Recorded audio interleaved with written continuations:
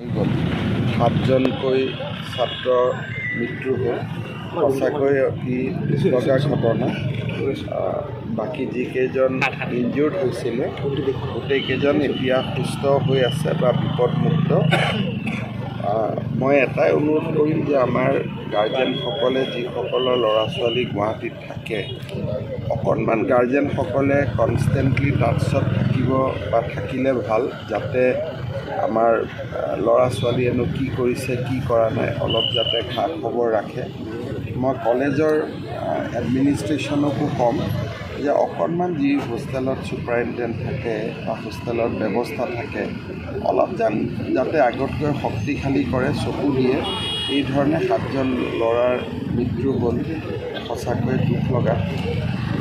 মই দুখ প্ৰকাশ কৰিছোঁ আৰু কি ক'ম। আচলতে ইনকুৱাৰীৰ কথাটোতো তেনেকৈ এক্সিডেণ্ট হ'লেতো পুলিচে ইনকুৱাৰী কৰিব, কিন্তু ঘটনাটো একেবাৰে জল পট হৈয়ে আছে যে তাত কোনো বেলেগ কথা একো নাই।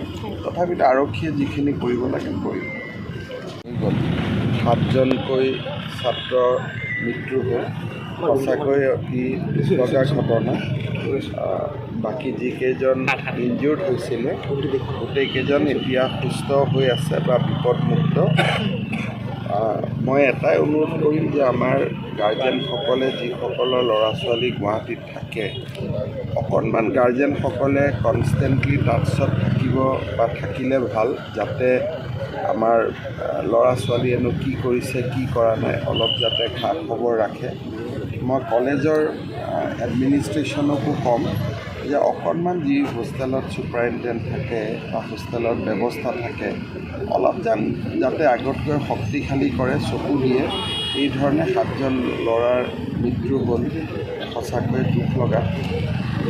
মই দুখ প্ৰকাশ কৰিছোঁ আৰু কি ক'ম।